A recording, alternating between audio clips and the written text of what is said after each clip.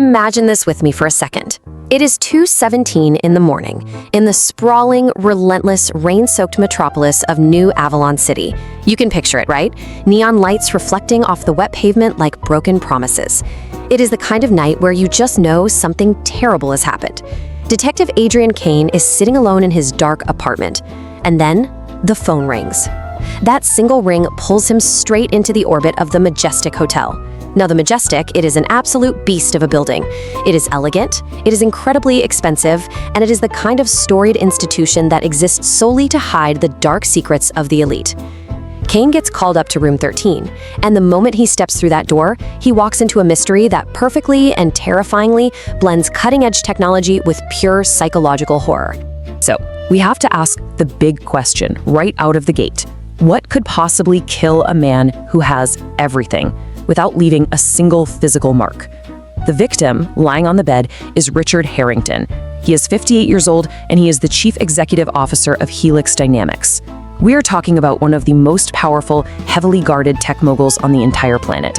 But the crime scene itself completely defies logic. Seriously, it makes zero sense. Room 13 is locked up tight from the inside. We are talking deadbolts, latches, the whole shebang. There are absolutely no signs of forced entry. There is no blood. There is no sign of a struggle whatsoever. The coroner arrives and is completely baffled because, physically speaking, they are looking at a perfectly healthy body. But Harrington's eyes are wide open and his mouth is frozen in this silent scream of sheer terror. His heart simply stopped beating. It literally appears as though this incredibly powerful, untouchable man was just scared to death. But this wasn't a ghost story. At least, not yet. If you look closely at the digital footprint left behind at this impossible crime scene, Detective Kane immediately spots two highly suspicious details that prove this was orchestrated. First, the security cameras out in the hallway. They conveniently malfunctioned for exactly 11 minutes right before the incident. Now come on, 11 minutes exactly? That kind of precision implies a highly sophisticated, meticulously planned operation. And second, which is honestly much more chilling, is the victim's laptop. It is sitting there, the screen glowing brightly in this dim, silent room, and it is displaying just a single white line of text against a pitch-black background. And it simply reads, "You are number 7." Think about the implications of that for a second. Harrington is not just an isolated victim who had a random heart attack. He is the latest target in a much darker, calculated sequence. Now, a man like Richard Harrington, who was right on the verge of closing a multi-billion-dollar deal, he naturally had countless enemies. We are talking corporate rivals, jilted lovers, people whose lives he ruined, heck, even his own son. But standard run-of-the-mill assassins use standard methods, right? Guns, poison, staged accidents. They do not do what Kane finds next. Kane discovers a highly unusual, tiny tattoo on the victim's wrist. It is an image of an eye pierced by a dagger. It is so out of place for a corporate titan. Furthermore, hidden away inside Harrington's expensive suitcase, Kane finds a mysterious digital storage drive. And when they look at what is on it, it contains only one thing: an 11-second audio file. Just a recording of a woman whispering slowly in ancient Latin. It sends shivers down your spine just thinking about it. Whoever killed the chief executive officer operates far, far outside the bounds of normal criminality. So, that ominous message on the laptop, "You are number 7, leads Detective Kane straight down into the hotel archives to do some digging. And what he finds is staggering. Over the past decade, exactly 6 other completely unexplained deaths occurred right there, within the exact same walls of room 13. Let's look at this timeline. 10 years ago, the first death. 8 years ago, the second. Then, 5 years ago, the pace quickens, and both the third and fourth deaths occur. 2 years ago, the 5th. 1 year ago, the 6th. And now, present day, Richard Harrington is victim number 7. The frequency is accelerating. When Kane confronts the hotel manager, Mrs. Eleanor Lang, with this horrifying timeline, she reacts with this intense, nervous trembling. She tries to just brush it off, politely attributing all these tragedies to local superstitions and rumors about ghosts haunting the hotel. But Kane knows better. This methodical timeline proves a patient, incredibly lethal pattern is at work here. The thing you have to understand about Detective Adrian Kane is that he is a man of cold, hard logic. He absolutely does not believe in ghosts.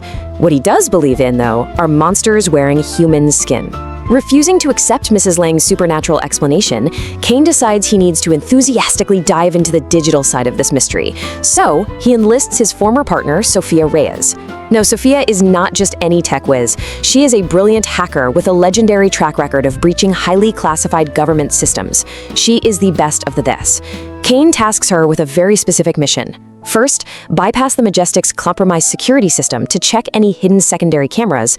And second, start digging deep into a newly uncovered, highly secretive initiative that Harrington was involved in, known only as Project Mirror. But Kane knows you cannot solve a room's mystery just by looking at blueprints. To truly understand Room 13, Kane goes ahead and books it for the night himself. Picture this. He is sitting there, completely alone in the pitch dark, his weapon drawn and ready. The silence is heavy. Then, at exactly 2:47 in the morning, the entire atmosphere of the room shifts. The air gets incredibly cold. Over on the wall, the large mirror mysteriously fogs over, and suddenly it reveals the hazy reflection of a woman in a flowing white dress. Her face is completely obscured. And then this chilling whisper fills the entire room. It says, "Harrington was the 7th. You will be the 8th." Reacting on pure, unfiltered instinct, Kane raises his weapon and shatters the glass with a single gunshot. But here is the truly terrifying part, the part that defies logic. The glass is broken, but the whispering, it continues to echo from every dark corner of the room, completely detached from the mirror itself. So, after surviving that absolute sensory assault of a night, you would think the morning would bring relief. But no, Kane faces a waking nightmare the very next day. As he is inspecting himself in the harsh daylight, he looks down and discovers a fresh mark permanently etched onto his own wrist. It is a tattoo of an eye pierced by a dagger. It is the exact same bizarre marking that was found on Richard Harrington and the other victims. This is a massive turning point. The threat has officially breached his physical boundaries. It is no longer just a case he is working on. The hunter has now become the hunted. Kane realizes with absolute certainty that he has been marked for death, and he is now racing against a ticking clock to save his own life. Thankfully, right when things look bleakest, Sophia Reyes comes through with a massive, game-changing breakthrough. She manages to link everything together. It turns out all 7 victims shared a single, deeply hidden connection. Every single one of them were members of Project Mirror. So what was this project? It was a highly classified experiment launched back in 2019, entirely funded by Harrington's bottomless pockets, and its original goal was deeply, almost unbelievably ambitious. They were literally trying to achieve human immortality. The plan was to find a way to perfectly copy human consciousness and upload it into a permanent digital form. But Sophia uncovers another critical detail.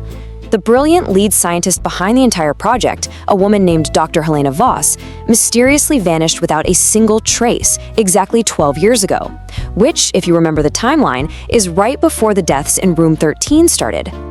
Following the money and the bloodline, Kane tracks down Richard Harrington's estranged son, Victor. Now, Victor is 28 years old, and he is living entirely off the grid. No digital footprint, totally isolated. And when Kane tells him about his father's bizarre death, Victor does not shed a single tear. In fact, he laughs with this incredibly bitter resentment. He completely shatters the public illusion of Richard Harrington as some helpless victim. Victor flat out calls his father a ruthless monster. He tells Kane that back in the day, when Dr. Voss finally realized the incredibly dangerous, unethical potential of her work and tried to shut Project Mirror down for good, his father had her murdered. And Victor is utterly convinced that the deaths in Room 13 are not a conspiracy. He firmly believes it is literally the vengeful ghost of Dr. Voss returning from the grave to violently punish her killers. It is a compelling story from the son, right? But the pieces still refuse to fit into a neat supernatural narrative. Kane and Sophia keep digging, and they finally discover the actual horrifying truth of the matter. Project Mirror did not stay an immortality project. It was corrupted and twisted into a system of weaponized fear. The project utilized highly advanced neural technology designed to directly interface with the human brain. But instead of preserving a person's consciousness, it was recalibrated to attack it. The system was programmed to isolate a person's deepest, darkest guilt. Then, it artificially amplifies those emotions to such extreme, unbearable levels that the victim's heart would literally give out from the sheer physiological stress. It is a machine that essentially murders a person using their own mind, leaving absolutely zero physical evidence behind. The perfect, untraceable assassination tool. Armed with this terrifying knowledge about how the weapon actually works, Kane decides to force the killer's hand. He orchestrates a high-stakes meeting right where the entire nightmare started. He brings everyone back to room 13. Talk about setting the stage, right? He gathers all the key players in one place. We have the nervous hotel manager, Mrs. Lang, wringing her hands. We have the bitter, off-the-grid son, Victor Harrington. Kane brings his trusted hacker, Sophia Reyes, to monitor the network. And he also invites one other mysterious, unnamed guest, just to ensure all the cards are finally on the table. The tension in that room is absolutely palpable. They're all just standing there, waiting in the exact same space where 7 people lost their lives to their own amplified fears. And then it happens. Suddenly, the lights in room 13 completely go out, pitch black. And that insidious familiar whispering in ancient Latin begins to echo from the walls all around them. But Kane? He does not panic.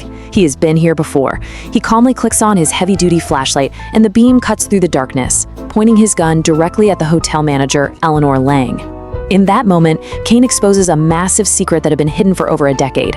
Eleanor Lang is not just a nervous hotel employee. Eleanor Lang is actually Dr. Helena Voss. She did not die 12 years ago like Victor thought. Instead, she changed her identity, embedded herself deeply within the majestic hotel as the manager, and then patiently, methodically waiting for the perfect opportunities to enact her revenge on the people who funded her project. Caught dead center in the harsh beam of Kane's flashlight, the facade completely drops. It is amazing to see. Her entire demeanor shifts instantly from a trembling, nervous manager to a cold, fiercely calculating scientist, and she does not deny it. Actually, she proudly confesses to everything. She looks right at Kane and states, quote, "I did not just kill them. I made them kill themselves with their own guilt. The mirror technology still works. It turns your worst sins into weapons." By saying this, she confirms that she is the grand architect of all 7 murders. Then, without hesitating, she raises a hidden gun to eliminate Kane and tie up her loose ends. But she underestimates Detective Kane. He had anticipated exactly this move. Before she can even begin to pull her trigger, Kane fires his weapon first, taking her down. So, Dr. Voss hits the floor. The architect is dead. The nightmare seems like it should be over, right? But the shadows of New Avalon City always hide one final deception. It turns out Dr. Voss was not acting alone, and revenge was actually not the primary motive here at all. The true mastermind, the one pulling the strings the entire time, was Victor Harrington, the supposedly reclusive off-the-grid son. Victor had secretly helped his mother establish her new identity years ago, but more importantly, he was the one remotely controlling the mirror system's neural network himself. His goal was not justice, his goal was unadulterated power. He used the fear technology to quietly, untraceably eliminate his father's corporate rivals one by one, and finally, he targeted his own father. All of this was done to seize complete, unchallenged control of the immortality technology for himself. The moment this revelation drops, the room descends into absolute chaos. A fierce, incredibly tense, close-quarter shootout erupts in the dark. Victor, realizing he is exposed, desperately attempts to activate the neural technology via his own device to finish off Kane and Sophia right then and there. But Victor makes a fatal error. He severely underestimates Sophia Reyes. In a moment of pure, unadulterated adrenaline, Sophia rapidly hacks straight into the mirror mainframe while bullets are literally flying. She manages to reverse the system's feed. She takes the weaponized fear algorithm and flawlessly redirects it squarely back into Victor's own neural pathways. Suddenly, Victor is overwhelmed by a catastrophic tidal wave of his own terror and his own guilt, and the young mastermind falls to the floor, dying, screaming, in the exact same horrifying manner as his father. Fast forward to the next morning. The dust has settled. Detective Kane is standing outside the grand, imposing entrance of the majestic hotel. The relentless rain of New Avalon City is still falling, washing over the streets. Kane pauses and just looks at his tired, worn-out reflection in the wet glass of a parked car. Slowly, he rolls up his sleeve. And there it is. Despite the fact that the perpetrators, both Dr. Voss and Victor, are dead, the pierced eye tattoo is still permanently etched into his skin. It will not wash away. It is a dark, permanent physical reminder of the profound psychological trauma he endured, and it is a permanent link tying him forever to the horrors of Room 13. As he stands there in the rain, staring down at that ink on his wrist, a faint, familiar whisper echoes deep within his mind one final time. Just 5 words: "You are not the last." But Kane does not flinch. He just smiles, this cold, knowing smile. He reaches into his jacket pocket, and his fingers touch the cold metal of a hidden copy of the digital storage drive. He secured it from the evidence before the scene was fully processed. He has the source code. He has the truth. With a sense of grim satisfaction, he turns up his collar against the cold and disappears into the rainy shadows, perfectly aware that in a city like this, some shadows never truly die. And that brings us to the end of our journey today. This narrative, as you have seen, uses a classic noir mystery framework, but it uses it to explore some truly terrifying concepts about the intersection of technology, the vulnerabilities of the human mind, and the ultimate weight of consequence. It leaves us with a profound, almost existential question to ponder as we wrap up this explainer. I want you to really think about the underlying technology of Project Mirror, that neural feedback loop, and ask yourself this: what would you do if your own worst sins were turned into weapons against you? It is a heavy thought. Thank you so much for joining me to break this down. Until next time, keep questioning what you see, and always, always watch your reflection.